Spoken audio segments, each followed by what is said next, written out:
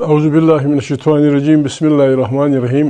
محترم سننے والوں، ہم یہاں خیبر پختونخوا ہاؤس میں بیٹھے ہیں۔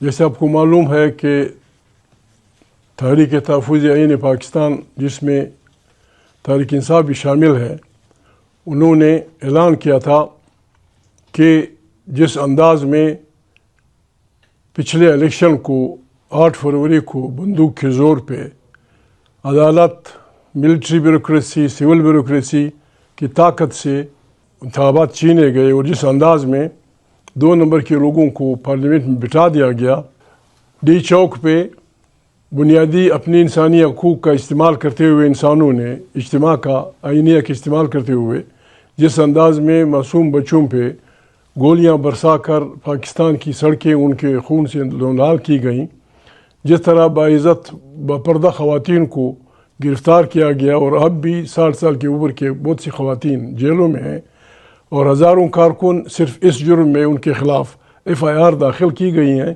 کہ وہ اپنے چھینے ہوئے ووٹ کے حق کے خلاف احتجاج کرتے ہیں۔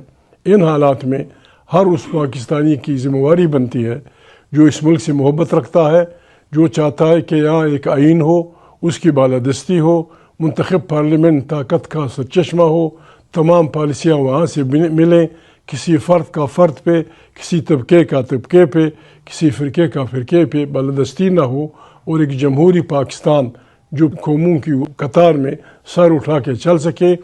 ان سب کی ذمہ داری بنتی ہے کہ اس فسطائی حکومت کے خلاف نکلیں۔ ہم نہیں چاہتے، ہمیں اپنے بچے عزیز ہیں۔ تحریک تحفظ آئین پاکستان نے، سب کو پتہ ہے، بہت پہلے سے اعلان کر دیا تھا کہ اس دن کو ہم ایک بلیک دن کے طور پہ منائیں گے۔ 25 کروڑ انسانوں کو، یہاں دہشت گردی کی باتیں ہوتی ہیں کہ ملک میں دہشت گردی ہے۔ دہشت گردی وہ کیا ہو سکتی ہے کہ 25 کروڑ انسانوں کی رائے کو بندوق کے زور پہ چھینا جائے اور پھر کہا جائے کہ ہم پاکستان کی خیر کے لوگ ہیں۔ اس سلسلے میں اعلان ہوا تھا کہ 8 فروری کو وہ ہوں گے۔ درمیان میں محترم عمران خان کی صحت کی خرابی کی بات کارکنوں کے ذہنوں میں، پارٹی کے کارکنوں کے ذہنوں میں ڈال دی گئی۔ ہم اس کو اپنے مقاصد سے ڈائیورشن سمجھتے ہیں۔ عمران خان عام آدمی نہیں ہے۔ عمران خان 25 کروڑ انسانوں میں سب سے پاپولر لیڈر ہے۔ وہ اس وقت سرکار کی پرپٹی ہے۔ عمران کو کوئی نقصان ہوا، جس کی ذمہ دار پاکستان کی تمام سرکار ہو۔ ایسی کوئی غلطی کوئی نہیں کر سکتا۔ ہمیں عمران خان کی صحت کا ضرور خیال ہے۔ میں دعوے سے کہتا ہوں کہ عمران خان کی صحت اتنی خراب نہیں ہے جس طرح پروپیگنڈا کیا گیا ہے۔ ہم اس کی ذمہ داری لیں گے۔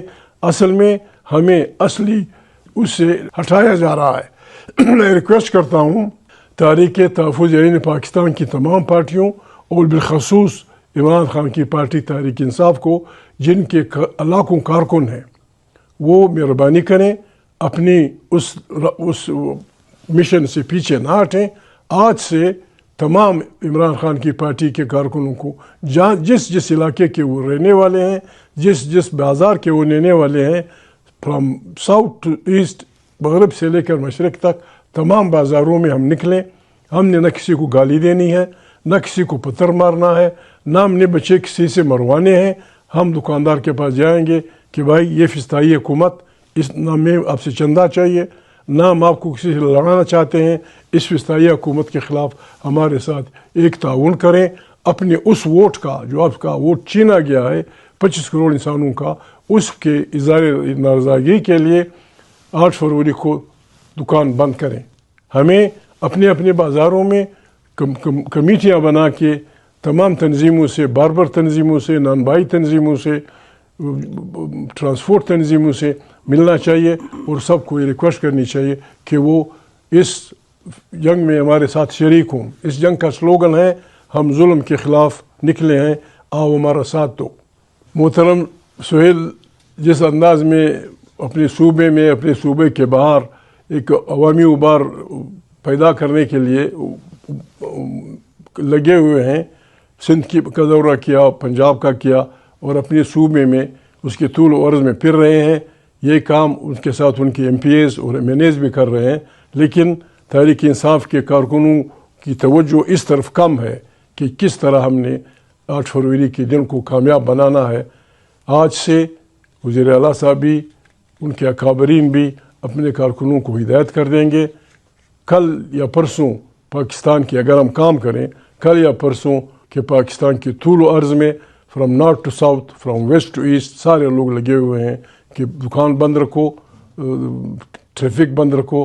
انشاءاللہ بہترین وہ ہوگا۔ 8 فروری رات کو مشربردار جلوس ہوں گے، اس کے بعد اگر یہ حرکت نہیں کریں گے، ہم نے اپنی تاریخ جمہوری انداز میں، نہ کسی کو لڑانا ہے نہ کسی کو مارنا ہے، جمہوری انداز میں انشاءاللہ عوام کی طاقت سے ہم اس فسطائی نظام کو جام کر دیں گے، اور پاکستان میں ایک نئے الیکشن کی فضا پیدا ہوگی۔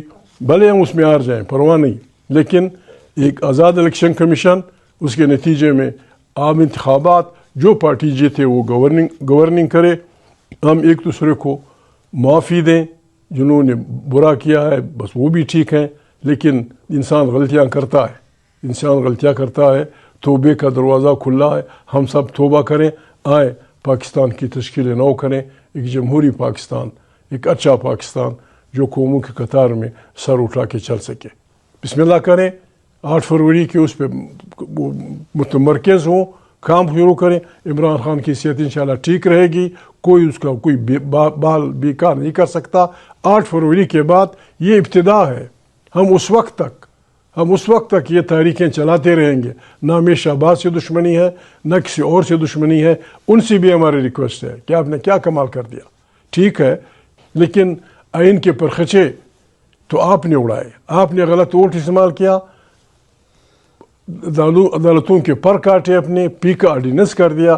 ان سب کا علاج یہ ہے کہ ہم کوشش کریں اور اس لنگڑی لوڑی جمہوریت کو کوشش کریں بچائیں، اور واقعی پاکستان میں واپس آئین کی بالادستی، قانون کی حکمرانی کے لیے کام کریں۔ یہ بہت بڑا جہاد ہے، یہ بہت بڑی خدمت ہوگی۔ ہر پاکستانی جس بھی پارٹی سے اس کا تعلق ہو، جس مسلک سے اس کا تعلق ہو، وہ ہمارا ساتھی ہے۔